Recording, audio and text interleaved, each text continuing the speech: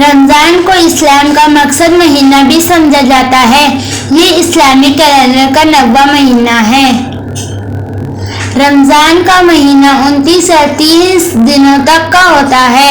رمضان کے پورے مہینے میں روزہ رکھے جاتے ہیں اور مہینے کے آخر میں چاند نظر آتے ہی روزے ختم کیے جاتے ہیں۔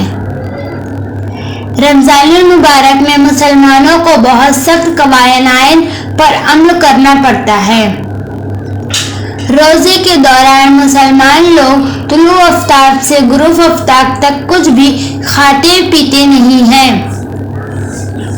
رمضان المبارک میں سورج نکلنے سے پہلے کھایا جاتا ہے جسے سحری کہتے ہیں، اور پھر دن بھر روزہ رکھا جاتا ہے اور شام کو روزے دار روزہ کھولنے کے لیے جو کھانا کھاتے ہیں اسے افطاری کہتے ہیں۔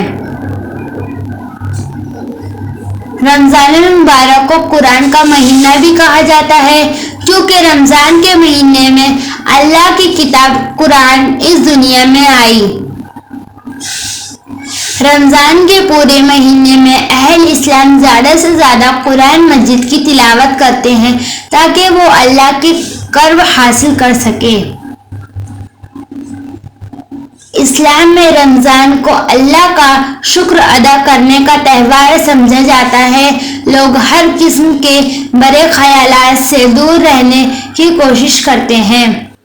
رمضان المبارک کا مہینہ احمد مسلمہ کے لیے بہت خاص ہوتا ہے اور منایا جاتا ہے کہ وہ ماہ رمضان میں جو بھی دعائیں مانگی جائیں وہ ضرور پوری ہوتی ہیں۔ رمضان المبارک کا مہینہ پوری امت مسلمہ کے لیے ذہنی، جسمانی اور سماجی طور پر بہت اہم ہے کیونکہ مہینے میں لوگ خود پر قابو رکھنا سیکھتے ہیں۔ رمضان کے پورے مہینے میں لوگ دن بھر بھوکے رہتے ہیں اور پیاس لگنے کے باوجود بھی پانی نہیں پیتے جو کہ ان کے نظام اعصاب کے لیے بہت ضروری ہے۔ رمضان کے مہینے میں مسلم کمیونٹی کے لوگ زیادہ سے زیادہ غریبوں اور مسکینوں کو کھانا کھلاتے ہیں۔ ایسا کر کے وہ اپنے گناہوں کو کم کرنے کی کوشش کرتے ہیں۔ رمضان المبارک میں چندہ دینا بہت ضروری ہوتا ہے اور امت مسلمہ کے لوگ اس صدقہ دین کو زکوٰۃ کہتے ہیں۔ یہ خیال کیا جاتا ہے کہ اپنی کمائی کا 2% غریبوں کو عطیہ کرنا بھی بہت ضروری ہے۔ یہ قرآن بھی میں لکھا ہے۔